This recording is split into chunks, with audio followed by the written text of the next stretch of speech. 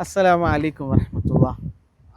Infertility ട്രീറ്റ്മെൻറ്റുകൾ വ്യാപകമാകുന്ന ഈ കാലഘട്ടത്തിൽ നിങ്ങൾ വളരെ നിർബന്ധമായും അറിഞ്ഞിരിക്കേണ്ട, ശ്രദ്ധിക്കേണ്ട ചില കാര്യങ്ങളാണ് ഈ വീഡിയോയിൽ നമ്മൾ ചർച്ച ചെയ്യുന്നത്. സ്വാഭാവികമായും പുരുഷൻ, സ്ത്രീ, ഇത് ഈ പ്രകൃതിയിലെ ഏത് ഒരു കാര്യം എടുത്തു നോക്കിയാലും നിങ്ങൾക്ക് കാണാൻ സാധിക്കും. ഏതൊരു ജീവിയെ നോക്കിയാലും നിങ്ങൾക്കിത് കാണാൻ സാധിക്കും, അല്ലേ? അപ്പോൾ റീപ്രൊഡക്റ്റിവിറ്റി എന്നുള്ളത് മനുഷ്യനിൽ ഇൻബിൽട്ടായിട്ട് സൃഷ്ടാവ് സൃഷ്ടിച്ചിട്ടുള്ള ഒരു സംവിധാനമാണ്.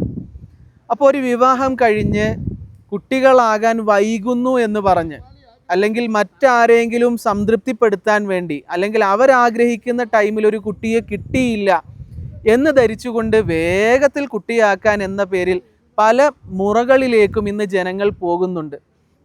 ഇതിലൊക്കെ ഒളിഞ്ഞിരിക്കുന്ന ഒരു പ്രശ്നം എന്താണെന്ന് വെച്ചാൽ, നിങ്ങൾക്ക് കിട്ടുന്നത് നിങ്ങളുടെ കുട്ടിയെ തന്നെയാണോ, നിങ്ങളുടെ അണ്ഡവും ബീജവും തന്നെയാണോ ഇവിടെ ഫ്യൂസ് ആയത് എന്ന് ഉറപ്പിക്കാനോ തിരിച്ചറിയാനോ പോലും കഴിയാത്ത പല സാഹചര്യങ്ങളും ആണ് ഇതിൻ്റെ പിന്നിൽ നടക്കുന്നത് എന്ന് നിങ്ങൾ അറിയുന്നുണ്ടോ?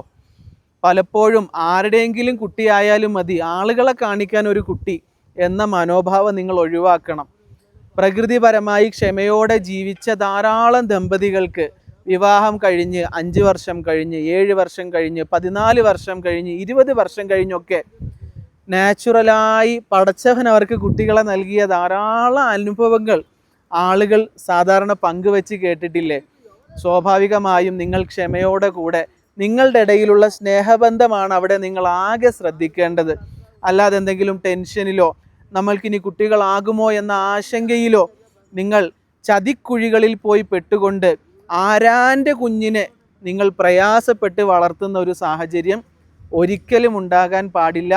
നിങ്ങൾക്ക് ഇൻഫെർട്ടിലിറ്റി എന്ന തെറ്റായ പ്രവണത അല്ലെങ്കിൽ തെറ്റായ പ്രചരണം നിങ്ങളെ മാനസികമായി തളർത്തിയിട്ടുണ്ടെങ്കിൽ നിങ്ങൾക്ക് തീർച്ചയായും അക്യുപങ്ക്ചർ ചികിത്സ ഉപയോഗപ്പെടുത്താവുന്നതാണ്. പ്രകൃതിപരമായ ഏത് മെത്തേഡ് നിങ്ങൾ ഉപയോഗിച്ചോളൂ. ദുരൂഹത നിറഞ്ഞ, നിങ്ങൾക്ക് നേരിട്ട് ആക്സസ് ഇല്ലാത്ത ഒരു പ്രവർത്തനത്തിലും ദയവായി പോയി ചാടരുതെന്നും നിങ്ങളുടെ കുട്ടിയെ തന്നെ നോക്കുന്ന സാഹചര്യമാണ് വേണ്ടതെന്നും ഓർമ്മപ്പെടുത്തിക്കൊണ്ട് വീഡിയോ അവസാനിപ്പിക്കുകയാണ്. Thank you.